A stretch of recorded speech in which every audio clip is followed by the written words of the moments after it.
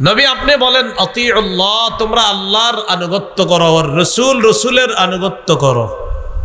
Fine তাওয়াল্লাউ, এই কথা বলার পর তারা যদি আল্লাহ এবং রাসূলের আনুগত্য না করে, তাহলে এদেরকে জানায়া দেন আল্লাহ কাফেরদেরকে ভালোবাসেন না।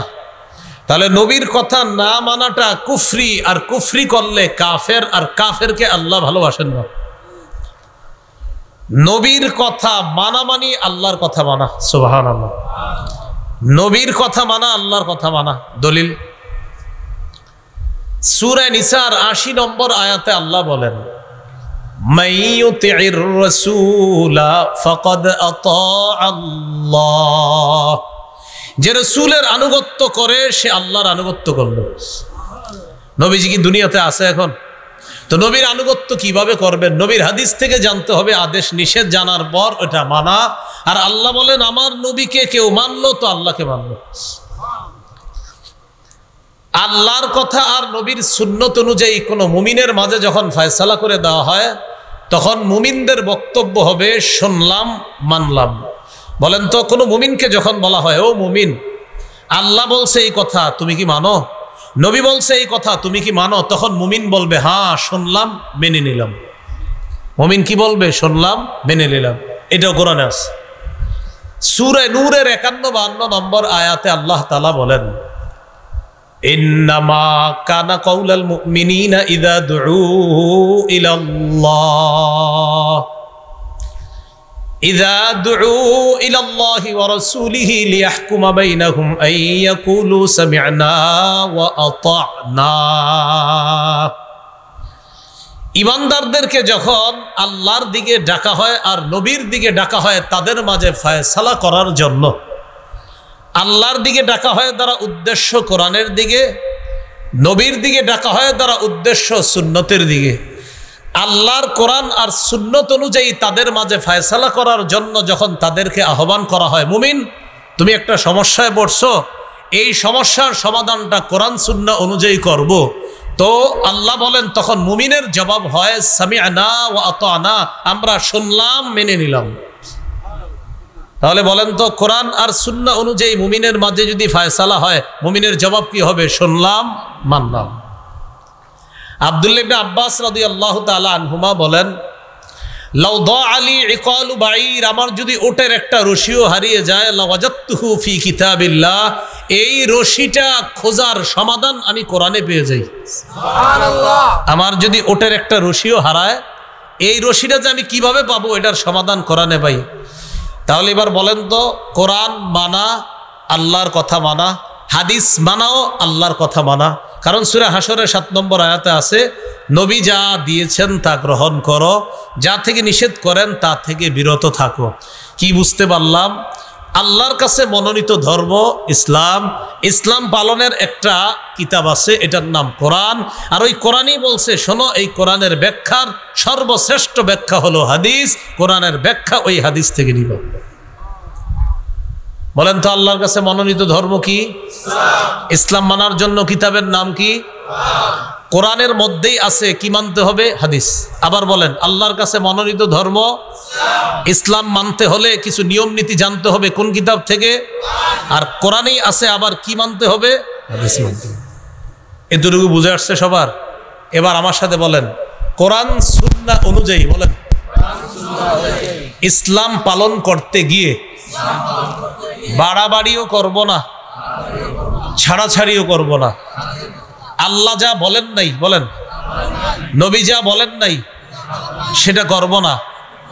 আল্লাহ যা করতে বলেছেন, নবী যা করতে বলেছেন সেটা ছাড়ব না। তাহলে যেটা করতে বলেন নাই সেটা করার নাম বাড়াবাড়ি, যেটা ছাড়তে বলেন নাই এটা ছাড়ার নাম ছাড়াছাড়ি।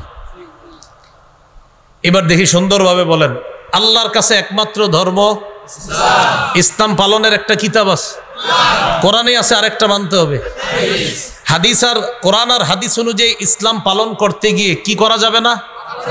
আবার কি করা যাবে না? আল্লাহ যা করতে বলেন না এটা করার নাম বাড়াবাড়ি, নবী যা করতে বলেন না এটা করার নাম।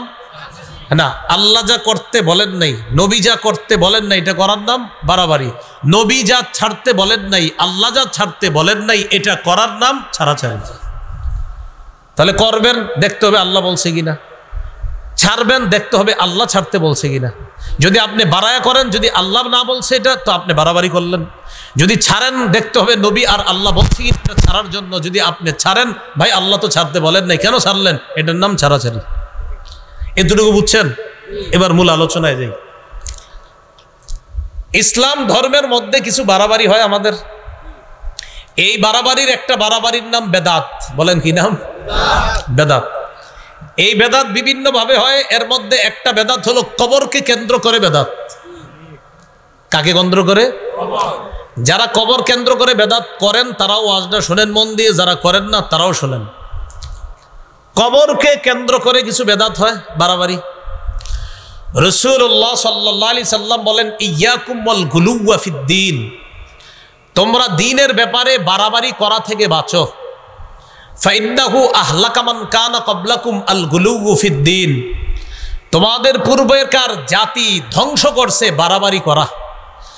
বাড়াবাড়ি করা থেকে তোমরা বাঁচো। তোমাদের পূর্ববর্তী জাতি ধ্বংস হয়েছে দ্বীনের ব্যাপারে বাড়াবাড়ি করার কারণে। দ্বীনের ব্যাপারে এরা বাড়াবাড়ি করতে গিয়ে ওই বাড়াবাড়ি তাদেরকে ধ্বংস করে ছাড়ছে। আবু দাউদের বর্ণনা 4608 নম্বর হাদিস। এই হাদিসের মধ্যে রাসূলুল্লাহ সাল্লাল্লাহু আলাইহি সাল্লাম বলেন, হালাকাল মুতানাত্তিউনা হালাকাল মুতানাত্তিউনা হালাকাল মুতানাত্তিউনা ক্বালাহা সালাসা। নবীজি বলেন, বাড়াবাড়িকারীরা ধ্বংস, সীমালঙ্ঘনকারীরা ধ্বংস, বাড়াবাড়িকারীরা ধ্বংস। এইগুলো আজকে আমাদের আলোচনার ভূমিকা। এখন আমরা মূল আলোচনায় জানবো যে আমরা ইসলাম ধর্ম পালন করতে গিয়ে বিশেষ করে এই এশিয়া মহাদেশ আর বিশেষ করে আমাদের বাংলাদেশে আমরা কিছু বেদাত নামক বাড়াবাড়ি করি। কি নামক? বেদাত। ইমাম মালিক রহমতুল্লাহি আলাই কি বলছে এটা একটু শুনি, শোনার পর বেদাতের সংজ্ঞা হাদিস থেকে নেই। ইমাম মালিক রহমতুল্লাহি আলাই বলেন, মান ইবতাদা ফিল ইসলামি বিদআতান ইয়ারাহা হাসানাতান ফাকাদ জাআমা আন্না মুহাম্মাদান খানার রিসালা। ইমাম মালিক বলেন, কেউ যদি ইসলামের মধ্যে নতুন কোনো বেদাত চালু করে আর এটাকে যদি সে উত্তম মনে করে, আপনি ইসলামের মধ্যে একটা নতুন কিছু আবিষ্কার করলেন আর মনে করলেন এটা তো ভালো, হুজুর এটাতে আবেগ কাজ করে। কি বললেন?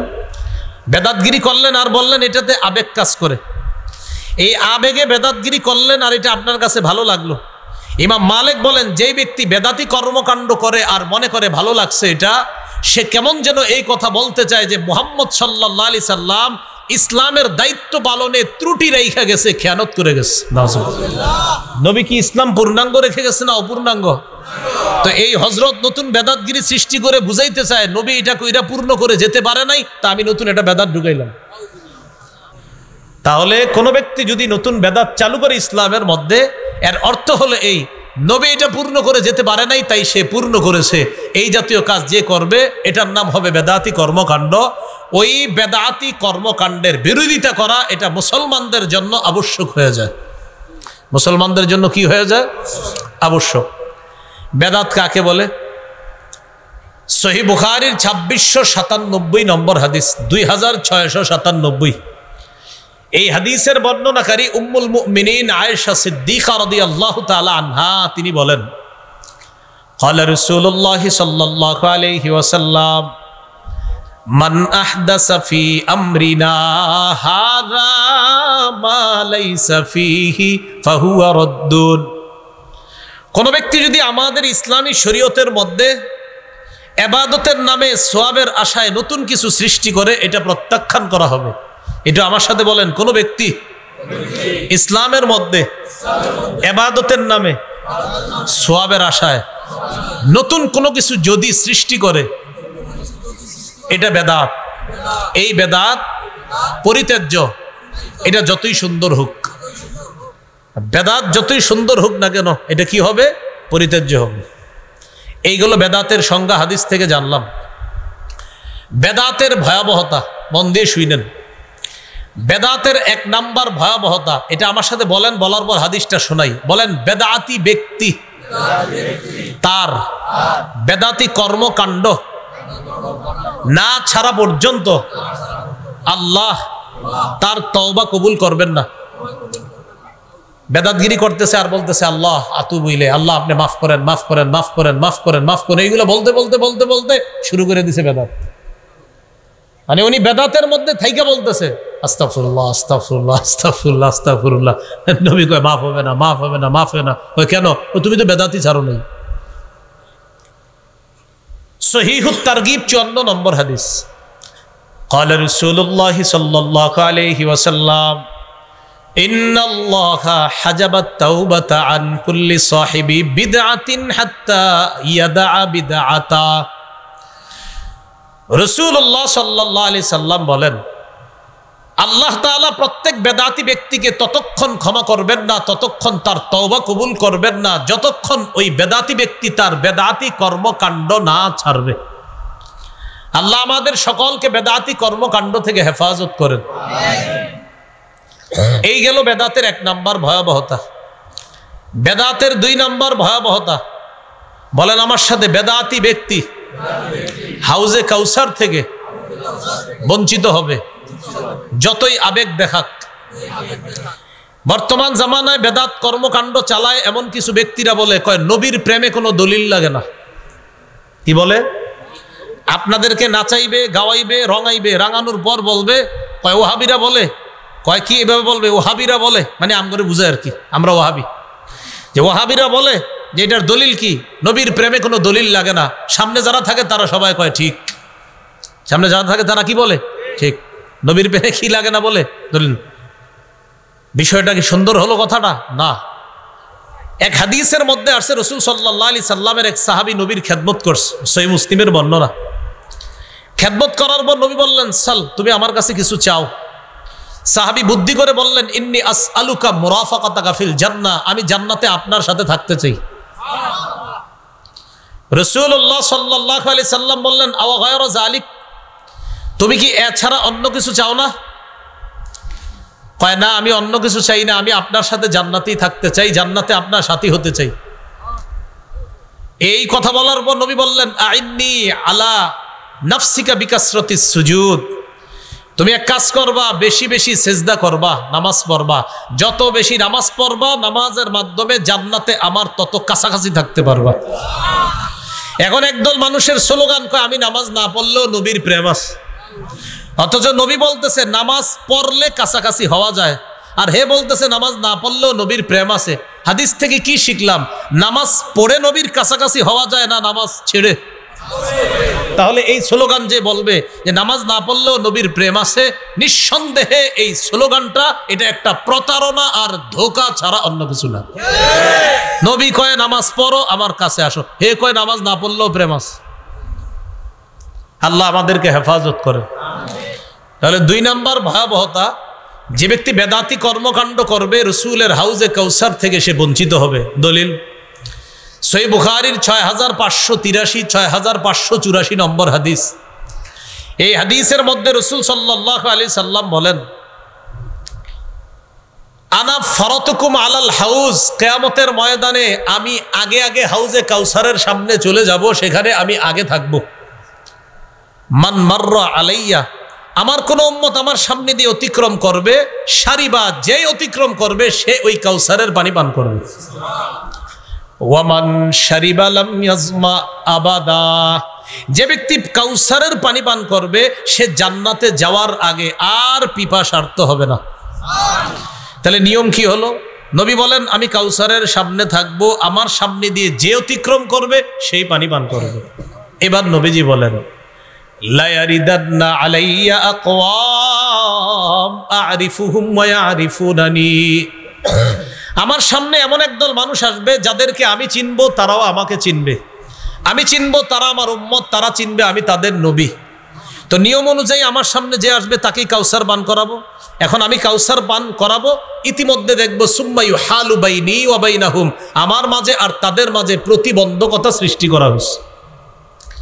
আমি বলবো ফাকুলু ইয়া রাব্বি ইন্নাহুম মিন্নি, আল্লাহ এরা তো আমার উম্মত, আল্লাহর পক্ষ থেকে জবাব দেওয়া হবে, ইন্নাকা লা তাদরি মা আহদাসু বা'দাক। নবী আপনি জানেন না দুনিয়া থেকে আপনি চলে আসার পর তারা কত নতুন নতুন বেদাত সৃষ্টি করেছে, এটা আপনার জানা নাই। এই জন্য আপনি আজকে তাদেরকে কাউসার পান করাতে পারবেন না। যেই নবী একটু আগে কাউসার পান করাইতে চাইলেন, এই নবী এখন কি বলবে দেখেন, ফাকুলু সুহকান সুহকান লিমান গায়্যারা বাদি। নবী বলেন আমি তখন বলবো আমার পরে যারা আমার রেখে আসা শরীয়তের মধ্যে নতুন কিছু ঢুকিয়ে শরীয়তকে পরিবর্তন করে দিয়েছে, আমার সামনে থেকে দূর হও, দূর হও, আমি চেহারাও দেখতে চাই না। তাহলে একটু আগে কাউসার পান করাইতে চাইলেন, এখন বলতেছে কি সুহকান সুহকান, দূর হও। এই জন্য ভাইয়ারা বেদাতি কর্মকাণ্ড করেন না।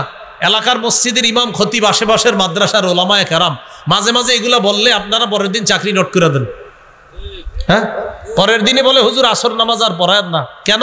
আমার বাপদাদা 50 বছর এই কাজ করছে, আর আপনি আজকে কোত্থেকে আসছেন? হুজুরে আপনাদেরকে একটা সঠিক জিনিস বুঝাইছে, আপনি দলিল দিলেন আমার আব্বা গত 50 বছর করছে, কইরা মারা গেছে, আমিও গত 20 বছর করতেছি, এ হলো 70 বছর, আমার দাদা করে গেছে আরো 30 বছর, এ হলো 100 বছর, আর আপনি কোত্থেকে এসে বলতেছেন এটা বেদাত? হুজুর আসরের তার আইসেন না মসজিদে। এটা ঠিক করেন নাই। কেন ঠিক করেন নাই? ইব্রাহিম নবী তার জাতিকে বুঝাইলো এইগুলা শিরিক, এই পূজা করা শিরিক। তার জাতি এইগুলা শোনার পর ইব্রাহিম আলাইহিস সালাতু ওয়াস সালামের কথা তারা বুঝছে যে আসলে ইব্রাহিমের কথা সত্য। বুঝা শোনার পর সব যখন ঠিক বুঝাইসে গেছে, এবার ইব্রাহিম নবী বলতেছে এগুলা ঠিক না, এগুলা অন্যায়। এখন দেখেন সর্বশেষ তাদের বুঝ আসার পরে জবাব, ইব্রাহিম শোনো, তুমি যা বুঝানোর বুঝাইছো, ওয়াজাদনা আবাআনা কাযালিকা ইয়াফআলুন, বাপ দাদাদেরকে দেখছি এগুলা করতে, তাই আমরাও করবো, আর কোনো দলিল চাই না। তাহলে বাপ দাদা করছে, এই উত্তরগুলা কাদের? কাফেরদের। ভুল কাজ বাপ দাদা করছে, উত্তরগুলা কারা দিত? কোরআনের অসংখ্য জায়গায় পাইবেন কাফেররা নবীদের কথায় কথায় বুঝাইসে যাইত, সর্বশেষ জবাব দিত, নবীর কথা বুঝতো, হা হা তুমি ঠিক বলছো, সব বুঝার পর সর্বশেষ বলতো আমার বাপ দাদা করছে, আমি করব। আবু তালেব একদম নবী গেছে পাশে বসা রয়েছে, আবু তালেবের পাশে, পাশে চামচারা বসা, লিডাররা। আবু তালেবকে রাসূল সাল্লাল্লাহু আলাইহি সাল্লাম বলতেছে, চাচা লা ইলাহা ইল্লাল্লাহটা বলেন, উহাজ্জু লাকা বিহা, আমি এই কালিমা, আপনি লা ইলাহা ইল্লাল্লাহ বলেন, এটা দিয়ে আল্লাহর কাছে আমি দলিল পেশ করব কিয়ামতের মাঠে, চাচা আপনাকে আমি জান্নাতে নেওয়ার চেষ্টা করব, আপনি একটু পড়েন। আবু তালেব বলল, ভাতিজা তোমার যে ধর্ম এটা সঠিক, এটা আমিও বুঝি, বলতেছে তোমার ধর্ম সঠিক, এটা আমি বুঝি, তুমি সঠিক পথে আছো এটাও বুঝি, কিন্তু আমি যদি তোমার এই ধর্ম গ্রহণ করে মারা যাই, মানুষ বলবে ছি ছি, বাপদাদার ধর্ম ছাইরা বাতিজার ধর্ম গ্রহণ করছে। তো কাকা এই জন্য ইখতারতুন নার আলাল আর, আমি সম্মান বিসর্জন দিতে পারবো না, প্রয়োজনে আমি জাহান্নামের আগুন গ্রহণ করব, কিন্তু আমি এই সম্মান বিসর্জন দিতে পারবো না। তাহলে আব্বার ঐতিহ্য, দাদার ঐতিহ্য, এগুলা কাদের বক্তব্য? কাফেরদের। তো ইমাম সাহেব এনে বুঝাইছে বেদাত, এই বেচারারে বলে হুজুর আসরের তে আর আইসেন না, এইগুলা করবেন না, তিনি আপনাকে জান্নাতের রাস্তা দেখায়, আর আপনি এগুলা বলতেছেন। আল্লাহ আমাদেরকে হেফাজত করেন। বেদাতের 3 নম্বর ভয়াবহতা, যে ব্যক্তি বেদাতি কর্মকাণ্ড করে, বলেন আমার সাথে, যে বেদাতি কর্মকাণ্ড করে, যে বেদাতিকে আশ্রয় দেয়, উভয়ের উপর আল্লাহর অভিশাপ, ফেরেশতাদের অভিশাপ, সকল মানুষের অভিশাপ। 1 নাম্বার, আপনি নিজে বেদাতগিরি করলেন। 2, কাউরে সুযোগ করে দিলেন যে আমার এই 3%, 4%, 5% জমিন দিয়ে দিলাম, আপনি এই জায়গায় একটা খানকা বানান আর বেদাতের সাপ্লাই দেন, কোনো সমস্যা নাই, আমার আব্বাও করছে, দাদাও করছে, আপনিও করেন, আপনার জায়গাটা দিয়ে দিলাম। এই যে আপনি জায়গা দিলেন বেদাতি কর্মকাণ্ড করার জন্য, আপনার উপরও অভিশাপ, আর যে আশ্রয় দিলেন যারে, তার উপরও অভিশাপ তো আছে, সে বেদাতি কাজ করবে, আর আপনি যে জায়গা দিলেন আপনার উপরও অভিশাপ। যতদিন তওবা না করবেন অভিশাপ চলতেই থাকবে, আর এটা থেকে ফিরে না আসা পর্যন্ত আল্লাহ তওবা কবুল করবে না।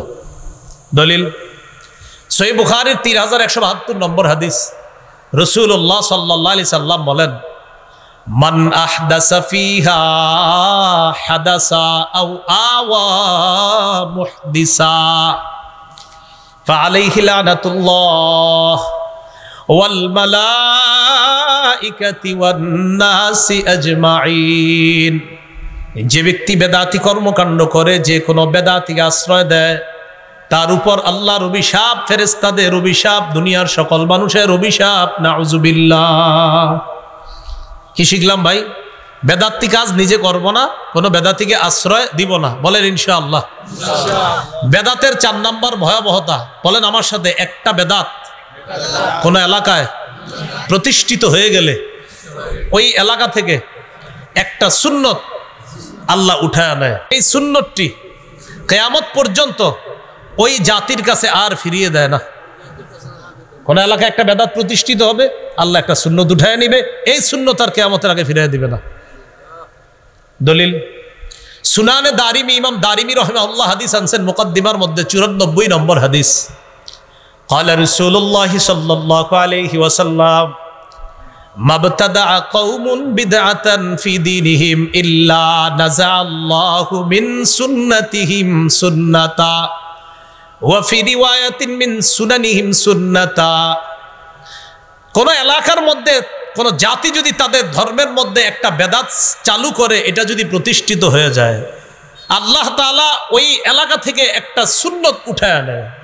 সুম্মা লা ইয়ারুদ্দুহা ইলাইহিম ইলা ইয়াউমিল কিয়ামাহ, কিয়ামত পর্যন্ত ওই সুন্নত ওই জাতির কাছে আল্লাহ আর ফিরিয়ে দেয় না। এই জন্য এলাকার উলামায়ে হযরত আছেন, এলাকাবাসীর কাছে আমার উদাত্ত আহ্বান, এলাকার মধ্যে যদি কোনো বেদাত দেখেন চালু হয়, কেউ যদি কোনো বেদাত প্রতিষ্ঠিত করে, আলেমদের সাথে মিলেমিশে সম্মিলিতভাবে ওই বেদাতের প্রতিবাদ করবেন, ওই বেদাতকে এলাকা থেকে দূর করবেন। না হয় কপাল খারাপ, কিন্তু আপনাদের সুন্নত কিন্তু আল্লাহ উঠায় নিবে। ইবনে মাজার বর্ণনা 2865 নম্বর হাদিস, 2865 নম্বর হাদিস। এই হাদিসের মধ্যে আছে ক্বালা রাসূলুল্লাহ সাল্লাল্লাহু আলাইহি ওয়াসাল্লাম, নবীজি বলেন, ইন্নাহু সায়ালি আমরাকুম মিন বা'দি রিজাল ইউতফিউনা সুন্নাহ ওয়া ইউহদিসুনা বিদআ ওয়া ইউআখিরুনা আস-সালাতা আন মাওয়াকিতিহা।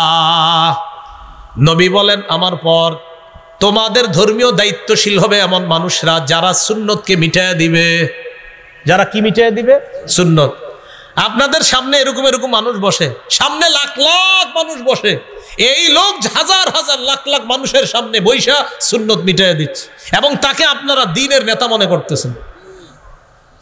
নবীজি বলতেছেন, আমার পরে ধর্মীয় নেতা হবে এমন এমন মানুষ, ইউতফিউনা সুন্নাহ, যারা সুন্নতকে নিভিয়ে দিবে, ওয়া ইউহদিসুনা বিদআ, যারা বেদাত প্রতিষ্ঠিত করবে, ওয়া ইউআখিরুনা আস-সালাতা আন মাওয়াকিতিহা, যারা সময় মতো নামাজকে নিতে নিতে নিতে নিতে একদম শেষ হতে গিয়ে নামাজ পড়বে।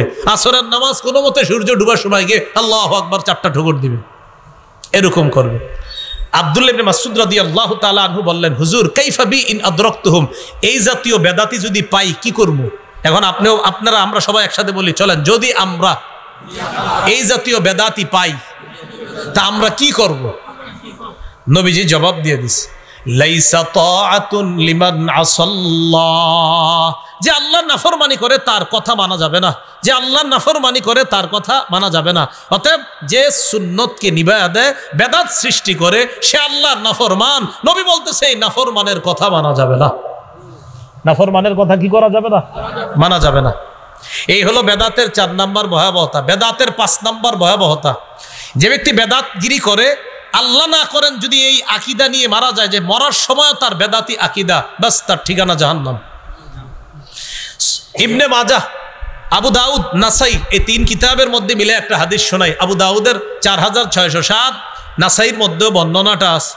রাসূলুল্লাহ সাল্লাল্লাহু আলাইহি সাল্লাম বলেন, ইন্নাহু মাইয়াইশ মিনকুম বা'দি ফাসায়ারা ইখতিলাফান কাসীরা, আমার পরে যারা দুনিয়াতে থাকবা তোমরা প্রচুর মতভেদ দেখতে পাবা।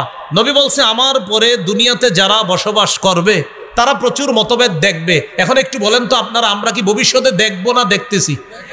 যেমন আপনারা সাধারণ মানুষদের একটা কমন ডায়লগ, এক হুজুর এক কথা বলে, আরেক হুজুর আরেক কথা বলে, কার কথা মানবো, এরকম বলেন না? তো নবীজি বলছে, আমার পরে যারা দুনিয়াতে বসবাস করবে তারা প্রচুর মতভেদ দেখবে। এখন বলেন তো, মতভেদ দেখবো না দেখতেছি? যেমন জুমার আজান কয়টা? হ্যাঁ বলেন, কিন্তু একটা ঝগড়া আছে কিনা? একদল বলতেছে কয়টা? একটা। আবার আমরা বলতেছি কয়টা? 2টা। এখন এই যে মতভেদ দেখবো, এটা কে বলছে? নবীজি। তাহলে মন দিয়ে শোনেন, কথার কথা, জুমার আজান আমরা যারা আমরা বলি দুইটা, আবার একদল মোহাব্বতের ভাই তারা বলে কয়টা? একটা। তো রসুল বলছে আমার পরে যারা দুনিয়াতে থাকবে তারা প্রচুর মতভেদ দেখবা। এখন কথা হলো হুজুর মতভেদ দেখলে আমরা করবো কি? নবীজি জানিয়ে দিলেন ফালাইকুম বিসুন্নতি, এক নাম্বার কাজ ওই মতভেদ যখন দেখবা তখন আমার সুন্নত আঁকড়ে ধরবা। সুবহানাল্লাহ। এখন আমরা একটা মতভেদের মধ্যে আছি, সেটা কি জুমার আজান কয়টা? তো মতভেদ হলো আমরা বলি দুইটা, আর একদম মোহাম্মতের ভাই বলে কয়টা? একটা। এখন আমরা এই মতভেদের মধ্যে নিরসন খুঁজতেছি। নবী বলে মতভেদ লাগলে প্রথমে আমার সুন্নত ধরবা। নবীর সুন্নত তালাশ করে জুমার আজান পাইছি একটা। বলেন কয়টা? একটা। এবার নবী বলতেছে ওয়াসুন্নাতিল খুলাফাইর রাশিদিনাল মাহদিয়িন, আমার হেদায়েত প্রাপ্ত খোলাফায়ে রাশেদার সুন্নত আঁকড়ে ধরবা। নবীর সুন্নতে পাইছি জুমার আজান একটা। এবার খোলাফায়ে রাশেদার সুন্নত, খোলাফায়ে রাশেদার মধ্যে প্রধান চারজন সাহাবীর মধ্যে একজন হযরত উসমান। হযরত উসমান জুমার দ্বিতীয় আজান চালু করছে। নবী বলছে মতভেদ যখন দেখবা, এক আমার সুন্নত ধরবা, দুই আমার সাহাবায়ে কেরামের সুন্নত ধরবা। নবীর সুন্নতে পাইছি আজান একটা, উসমানের সুন্নতে পাইছি আজান আরেকটা। অতএব নবীর সুন্নাহ মানা মানিও নবীর কথা মানা, উসমানের সুন্নাহ মানা মানিও নবীর কথা মানা। কারণ নবীজি বলছে আমার সুন্নত ধরো, সাহাবায়ে কেরামের সুন্নত ধরো। এখন বলেন তো নবীর সুন্নত ধরবো কথাটা কার? বলেন নবীর। আমরা মতভেদ দেখবো না দেখতেছি? তো নবী বলছে মতভেদ দেখলে এক নাম্বার আমার সুন্নত ধরো। এরপরে বলছে খোলাফায়ে রাশেদার সুন্নত ধরো। আচ্ছা বলেন তো নবীর সুন্নত ধরতে হবে কথাটা কার? নবীর। খোলাফায়ে রাশেদার সুন্নত ধরতে হবে কথাটা কার? নবীজির। তাহলে খোলাফায়ে রাশেদার মধ্যে হযরত উসমান গনি আছে কিনা? এই হযরতে উসমান দ্বিতীয় আজান চালু করছে। মক্কা মদিনা সহ সারা পৃথিবীর ম্যাক্সিমাম জায়গায় জুমার আজান হয় দুইটা। এখন আপনার একদল মোহাব্বতের ভাই তারা বলতেছে না জুমার আজান একটা, আর আমরা বলতেছি না জুমার আজান দুইটা। আমাদের দলিল নবী বলছে মতভেদ লাগলে আমার সুন্নত খোঁজো, আমার সাহাবীদের সুন্নত খোঁজো।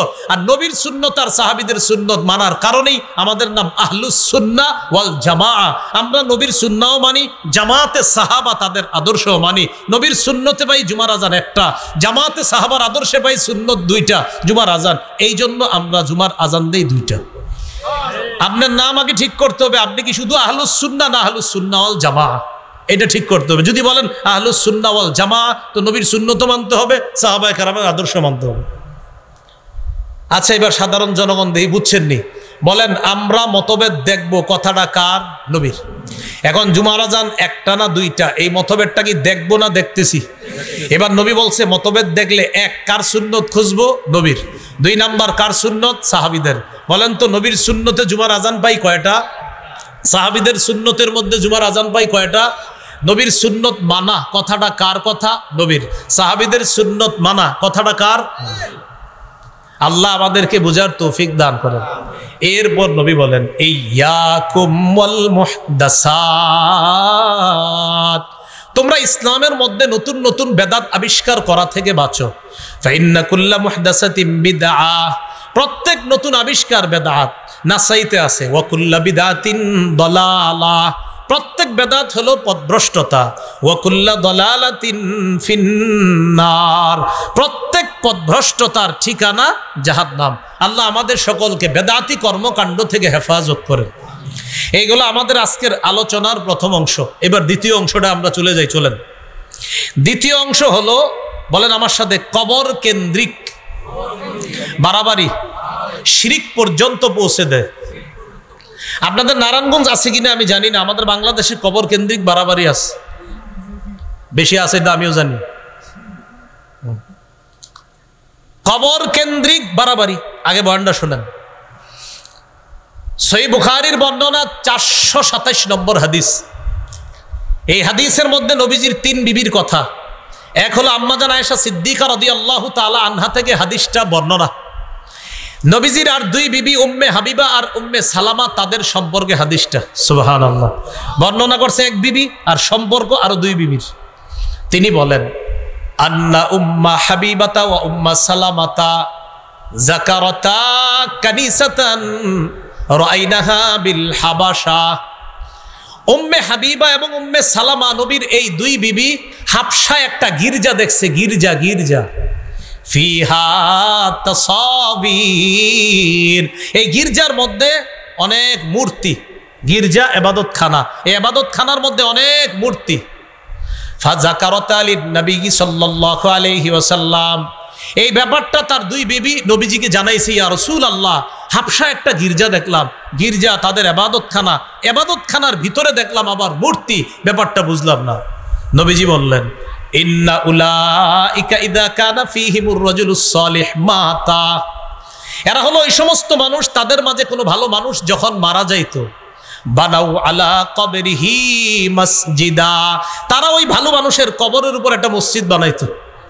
তাদের কোনো ভালো মানুষ মারা গেলে ওই ভালো মানুষের কবরের উপর তারা একটা মসজিদ বানাইতো। বানানোর পর ওয়াসাওয়ারু ফীহি তিলকা সুওয়ারা, ওই মসজিদের ভিতর ওই অলিদের মূর্তি তারা স্থাপন করত। এবার একটু বুঝেন, দেখেন, এ হলো অলির কবর, এই কবরের উপরে মসজিদ, আবার মসজিদের ভিতরে অলির ছবি মূর্তি। এ হলো নিচে হলো কবর, উপরে মসজিদ, ওই মসজিদের ভিতরে অলির মূর্তি। তাহলে নিচে অলির কবর, উপরে অলির মূর্তি, এটার মধ্যে তারা ইবাদত করত। নাউজুবিল্লাহ। রাসূলুল্লাহ সাল্লাল্লাহু আলাইহি সাল্লাম বলেন, উলাইকা শিরারুল খালকি ইনদাল্লাহি ইয়াউমাল কিয়ামা, কিয়ামতের ময়দানে তারা হবে সবচেয়ে নিকৃষ্ট জাতি। বলেন নাউজুবিল্লাহ। কি শিখলাম? কবর কেন্দ্রিক মসজিদ বানানোর প্রতি কি কোনো উৎসাহিত আছে? হাদিসের মধ্যে উৎসাহ আছে? নবী বললেন এরা হবে সবচেয়ে নিকৃষ্ট। এবার আরেকটা হাদিস শুনেন, মুসনাদে আহমদ, এই হাদিসের বর্ণনাকারী আব্দুল্লাহ ইবনে মাসউদ রাদিয়াল্লাহু তাআলা তিনি বলেন, সামিআতু রাসূলুল্লাহি সাল্লাল্লাহু আলাইহি ওয়াসাল্লাম ইয়াকুল, ইন্না মিন শাররিন নাস মান তুদরিকুহুমুস সাআ ওয়া হুম আহইয়া ওয়াল্লাযীনা ইয়াত্তাখিযুনাল কুবুরা মাসাজিদা। রাসূলুল্লাহ সাল্লাল্লাহু আলাইহি সাল্লাম বলেন, পৃথিবীর সবচেয়ে নিকৃষ্ট জাতি তারা যারা দুনিয়াতে জীবিত থাকতে কিয়ামত আসবে।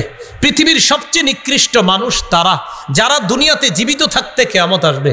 পৃথিবীর সবচেয়ে নিকৃষ্ট মানুষ তারা যারা জীবিত আছে আর কিয়ামত এসে গেল, তারা সবচেয়ে নিকৃষ্ট। আর কারা? ওয়াল্লাযীনা ইয়াত্তাখিযুনাল কুবুরা মাসাজিদা, এবং তারা, বলেন সবাই, এবং তারা, আরো জোরে বলেন, এবং তারা যারা কবরকে মসজিদ বানায়, যারা কবরকে সেজদার স্থান বানায়, তারা সবচেয়ে নিকৃষ্ট। তাহলে নবীজি কি বললেন? যারা জীবিত থাকতে কিয়ামত আসবে তারা সবচেয়ে নিকৃষ্ট, আর যারা কবরকে সেজদার স্থান বানায় তারা সবচেয়ে নিকৃষ্ট।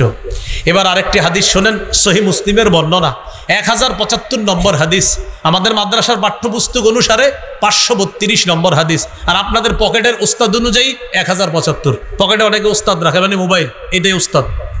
তো এটা অনুযায়ী 1075, যদিও এটা বলা আমার জরুরি না, এটা না বললেও কিচ্ছু হবে না, কারণ আপনারটা ইন্টারন্যাশনাল ভাবে ফলো করা হয় না। আমি যেটা বলি ওটা ফলো করা হয়, 532 এটা ফলো হয় না। আপনি 1075 যেটা, এটা এমনি বলে দিলাম, কারণ চিপাই গিয়ে আবার মিলায় হুজুরের কথা ঠিক আছে কিনা। এই হাদিসের মধ্যে আছে রাসূলুল্লাহ সাল্লাল্লাহু আলাইহি সাল্লামের সাহাবী জুনদুব রাদিয়াল্লাহু তাআলা আনহুর বর্ণনা, তিনি বলেন, সামিআতু রাসূলুল্লাহি সাল্লাল্লাহু আলাইহি ওয়াসাল্লাম ইয়াকুলু ক্বাবলা আন ইয়ামুতা বিখামসিন, নবীজি ইন্তেকালের মাত্র 5 দিন আগে আমি নবীরে বলতে শুনছি। ইন্তেকালের কয়দিন আগে? 5 দিন। ইন্নী আবরাউ ইলাল্লাহ আইয়াকুনা লি মিনকুম খলিল, তোমাদের মধ্যে আমার কোনো অন্তরঙ্গ বন্ধু হওয়া থেকে আমি আল্লাহর কাছে মুক্ত, তোমাদের কেউ আমার অন্তরঙ্গ বন্ধু নাই। নবী বলতেছে, হে জাতি শোনো, হে উম্মত শোনো, তোমাদের মধ্যে আমার কোনো অন্তরঙ্গ বন্ধু নাই, এই অন্তরঙ্গ বন্ধু হওয়া থেকে আমি আল্লাহর কাছে মুক্ত। কেন? ফাইন্নাল্লাহ তাআলা ক্বাদ ইত্তাখাযানি খলিলা কামা ইত্তাখাযা ইব্রাহিমা খলিলা, কেননা আল্লাহ তাআলা আমাকে খলিল হিসাবে গ্রহণ করেছে, যেমন ইব্রাহিম নবীকে খলিল হিসাবে গ্রহণ করছে। আপনারা এতদিন জানতেন ইব্রাহিম নবী আল্লাহর খলিল, এক নবী আল্লাহর খলিল, আজকে থেকে আমরা জেনে থাকবো ইব্রাহিম নবীও আল্লাহর খলিল, আমাদের নবীও আল্লাহর খলিল। ইব্রাহিম নবী খলিলুল্লাহ, আমাদের নবী খলিলুল্লাহ, হাবিবুল্লাহ, রসুলুল্লাহ। সুবহানাল্লাহ। তাহলে আমাদের নবী বলেন, মানুষের মধ্যে আমার কোনো খলিল নেই। কেন? আল্লাহ আমাকে খলিল হিসাবে গ্রহণ করেছেন, কেমনি ভাবে ইব্রাহিম নবীকে খলিল হিসাবে গ্রহণ করেছেন। এরপরে নবী বলেন, লাউ কুনতু মুত্তাখিজান মিন উম্মতি খলিলা লাত্তাখাযতু আবা বকরিন খলিলা, আমি যদি আমার উম্মতের কাউকে আমার অন্তরঙ্গ বন্ধু হিসাবে গ্রহণ করতাম, তাহলে আবু বকরকে আমার খলিল অন্তরঙ্গ বন্ধু হিসাবে গ্রহণ করতাম। তাহলে বলেন তো আমাদের নবীর কোনো খলিল আছে? নাই। যদি খলিল বানাইতেন মানুষের মধ্যে কাউকে, কোন সাহাবীকে বানাইতেন? আবু বকরকে। কিন্তু নবী কার খলিল? আল্লাহর খলিল। এই কথা বলার পর নবী বলেন, আলা ওয়া ইন্না মান কানা ক্বাবলাকুম, শোনো তোমরা, তোমাদের পূর্ববর্তী জাতি যারা, ইত্তাখাযু কুবুর আমবিয়াইহিম ওয়া সালিহিহিম মাসাজিদা, তোমাদের পূর্ববর্তী জাতি তাদের নবীর কবর আর নেককার মানুষের কবরগুলোকে মসজিদ বানাইছে, সেজদার স্থান বানাইছে। তোমাদের পূর্ববর্তী জাতি নবীদের কবর সমূহকে আর নেককার মানুষদের কবরকে সেজদার স্থান বানাইছে। আলা ফালা তাত্তাখিজুল কুবুর মাসাজিদা, শোনো তোমরা কিন্তু কবরকে সেজদার স্থান বানাও না। নবী কি বুঝাইতে চায়? হে আমার উম্মত, অন্য জাতি যেমন নবীদের কবরকে সেজদার স্থান বানাইছে, নেককার মানুষদের কবরকে সেজদার স্থান বানাইছে, এই কাজ কিন্তু তোমরা করো না। কারণ নবী তো ইন্তেকাল করবে, নবী বিদায় নিবে, নবীর আর বেশি দিন বাকি নেই, মাত্র 5 দিন বাকি আছে। নবী ওই 5 দিন আগে বলতেছে, সাবধান, অতীতের জাতি তাদের নবীর কবরকে সেজদার স্থান বানাইছে, এই কাজ কিন্তু তোমরা করো না। নেককার মানুষকে কেন্দ্র করে সেজদার স্থান আমাদের দেশে তালাশ করলেও পাবেন। হ্যাঁ, নেককার মানুষকে কেন্দ্র করে সেজদার স্থান এই দেশে তালাশ করলেও পাবেন। আল্লাহ হেফাজত করেন। এবার শুনেন কি বলে নবীজি, বলেন ইন্নী আনহাকুম আন যালিকা, আমি তোমাদেরকে নিষেধ করে দিচ্ছি। এবার একটা হাদিস শুনেন, আমার দিকে তাকান। এটা হলো একটা কাপড়, মনে করেন এটা কি একটা কাপড়। সহিহ বুখারীর 435 নম্বর হাদিস। রাসূল সাল্লাল্লাহু আলাইহি সাল্লাম ইন্তেকাল করবে। আগের হাদিসটা শোনাইছি কি ইন্তেকালের দিন না ইন্তেকালের 5 দিন আগে? এখন যেটা শোনাচ্ছি ইন্তেকাল করবে মানে এই যে নবী যাবে দুনিয়া থেকে, ওই মুহূর্তের হাদিস। 427 এই 435 এই হাদিসটা হলো বুখারীর 435। এই হাদিসের মধ্যে আসছে, লাম্মা নুজিলা বিরাসূলিল্লাহি সাল্লাল্লাহু আলাইহি ওয়াসাল্লাম, নবী যখন মুমূর্ষ অবস্থায়, নবী যখন ইন্তেকাল করবে মুমূর্ষ অবস্থায়, কাদা ইয়াতরাহু খামিসাতান আলা ওয়াজহিহি, নবী তার চেহারার উপর একটা কাপড় দিছে, এইভাবে চেহারার উপর একটা কাপড় দিছে।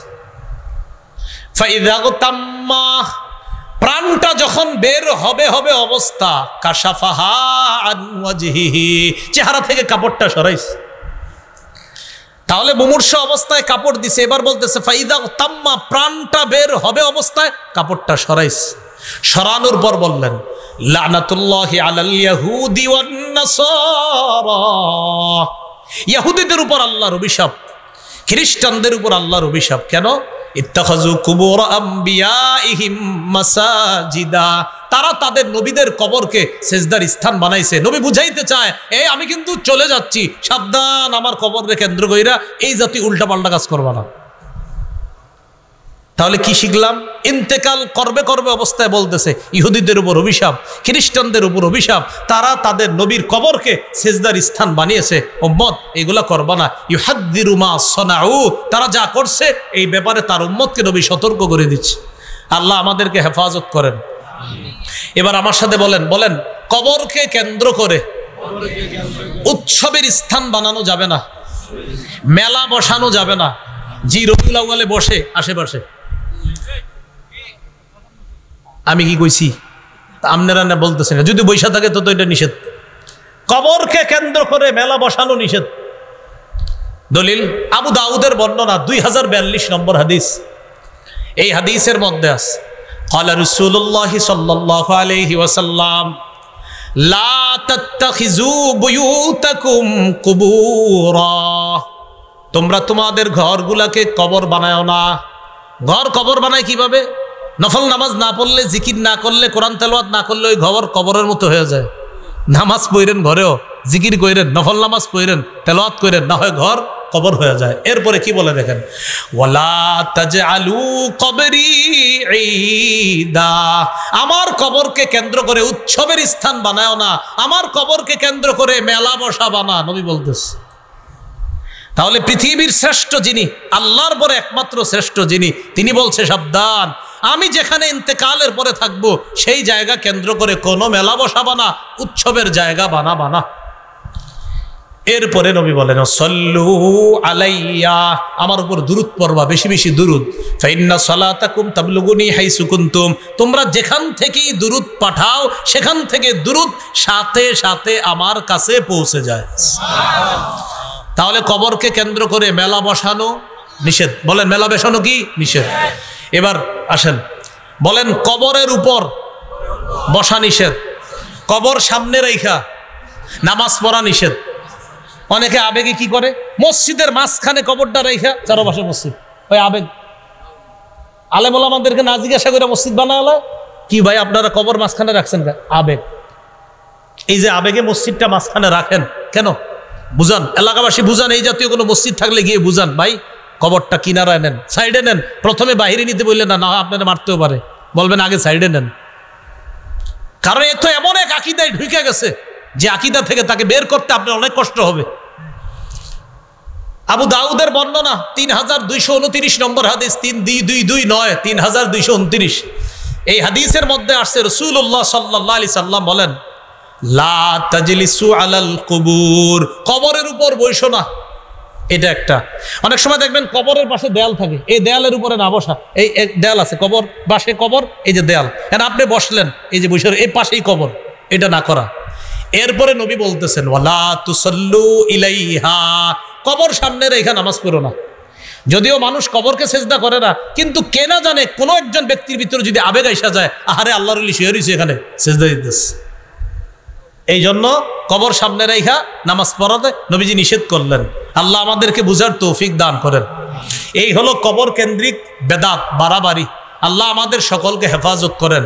এই এলাকায় থাকলে এলাকা থেকেও যেন ওই জাতীয় আকীদা সম্পন্ন মানুষগুলাকে সহি আকীদা, বিশুদ্ধ আকীদায় তারা এসে হেদায়েত ওয়ালা আকীদায় যেন তারা ফিরে আসতে পারে, আল্লাহ তৌফিক দান করেন। বেদাত থেকে বাঁচার উপায়, বেদাত থেকে বাঁচার এক নাম্বার উপায়, বাস মুহাম্মদ সাল্লাল্লাহু আলাইহি সাল্লামের পূর্ণ আনুগত্য করা। বলেন কার আনুগত্য করা? মুহাম্মদ সাল্লাল্লাহু আলাইহি সাল্লামের পূর্ণ আনুগত্য করা। সহিহ বুখারী 7280 নম্বর হাদিস। এই হাদিসে আছে রাসূল সাল্লাল্লাহু আলাইহি সাল্লাম বলেন, কুল্লু উম্মতি ইয়াদখুলুনাল জান্নাহ ইল্লা মান আবা, আমার উম্মতের সবাই জান্নাতে যাবে, তারা ছাড়া যারা অস্বীকার করে। সাহাবীরা বললেন অস্বীকার কারা করে? নবী বললেন, মান আতাআনি দাখালাল জান্নাহ, যে আমার আনুগত্য করে সে জান্নাতে যাবে। ওমান আসানি ফাকাদ আবা, যে আমার নাফরমানি করে সেই অস্বীকার করলো। তো অস্বীকার যে করবে সে সুন্নাহের বাহিরে চলে গেল। আল্লাহ আমাদের সকলকে নবীর সুন্নাহ মেনে নবীর আনুগত্য করার তৌফিক দান করেন। 2 নাম্বার উপায়, বলেন আমার সাথে, সুন্নত বেশি বেশি জিন্দা করা, সুন্নতের ব্যাপক প্রচার প্রসার করা। তাহলে বেদাত দূর করার 2 নম্বর উপায় হলো সুন্নতের ব্যাপক প্রচার প্রসার করা, সুন্নতের কথা বেশি বেশি বলা, নামাজের পরে মাঝে মাঝে সুন্নত নিয়ে আলোচনা করা। আসরের পরে ইমাম সাহেব যারা আছেন 2 মিনিট 5 মিনিট একটা সুন্নত বলতে পারেন।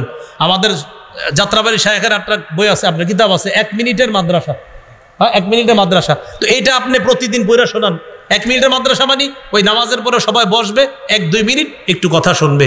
এই এলাকাবাসী যারা আছেন, আহার এই মানুষগুলা কোথায় যাবে? তো আশেপাশের ইমাম সাহেব যারা আছে তাদের প্রতি আবদার থাকবে, আপনারা প্রতিদিন আসরের পরে, আপনি যেভাবে সুন্দর হয় আর কি, মানে আমার একটা আবদার রইল আর কি, আসরের পরে 2 মিনিট 3 মিনিট একটু একটা কিতাব পড়ে শোনায় দেন যে প্রিয় মুসল্লি ভাইয়েরা, এখন একটা সুন্নত আপনাদেরকে শোনায় দেওয়া হবে। তো এই সুন্নতটা আপনি তাকে বলেন, 1 দিন বলেন, 2 দিন বলেন, 3 দিন বলেন। আরে কে জানে আপনি 10 দিন 5 দিন 15 দিন 20 দিন বলার পর হতে পারে তিনি ওই কাজ শুরু করে দিছে, আমল শুরু করে দিছে।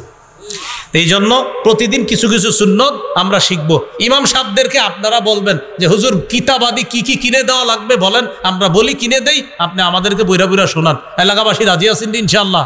তাহলে এই সুন্নত যেন মসজিদে মসজিদে এটা যেন জিন্দা হয়ে যায়, সবাই যেন ব্যাপক প্রচার প্রসার করতে পারে, আল্লাহ তৌফিক দান করেন। তিরমিজির বর্ণনা 2677 নম্বর হাদিস, 2677। এই হাদিসে আসছে রাসূল সাল্লাল্লাহু আলাইহি সাল্লাম বলেন, মান আহিয়া সুন্নাতাম মিন সুন্নতি, আমার একটা সুন্নত যদি কেউ জিন্দা করে, ফালাহু আজরু মান আমিলাহা, কোন ইমাম সাহেব যদি একটা সুন্নত প্রচার করে, এই এলাকার 100 মুসল্লি যদি ওই সুন্নতটা পালন করে, ওই ইমাম সাহেবের আমল নামায় 100 জনের সওয়াব আল্লাহ দিবে। তাদের সওয়াব কাটা হবে না, মিন গায়রি আইয়ুনতাকাসা মিন উজুরিহিম শাই, তাদের সওয়াব থেকে একটু কাটা হবে না, তাদের সমপরিমাণ সওয়াব সুন্নত জিন্দাকারীর আমল নামায়ও আল্লাহ দিবে। ঘরের মা বোন যারা আছে তাদেরকে এই সুন্নতের কিতাবগুলা আপনারা কিনে দেন, তারাও যেন সুন্নত শিখতে পারে। সাধারণত কবর কেন্দ্রিক বাড়াবাড়ির প্রতি আমাদের মা বোনদের অনেক আগ্রহ আছে। মা বোনরা একটু নরম হয়তো, এদেরকে যেমনি বুঝে মনে করে আহারে না জানি কি আছে সেখানে। এইগুলা করতে গিয়ে আপনার এই কবর কেন্দ্রিক বাড়াবাড়ির মধ্যে খুব মন দিয়ে শোনেন। আল্লাহর কাছে মনোনীত ধর্ম ইসলাম পালনের একটা কিতাব আছে, কোরআনেই আছে কি মানতে হবে। কোরআন এবং হাদিস অনুযায়ী ইসলাম মানবো, কি করা যাবে না, বাড়াবাড়ি, আর কি করা যাবে না, ছাড়াছাড়ি। এই বাড়াবাড়ির একটা অন্যতম বাড়াবাড়ি আমাদের দেশ সহ অনেক জায়গায় চলে, এটার নাম কি, বেদাত।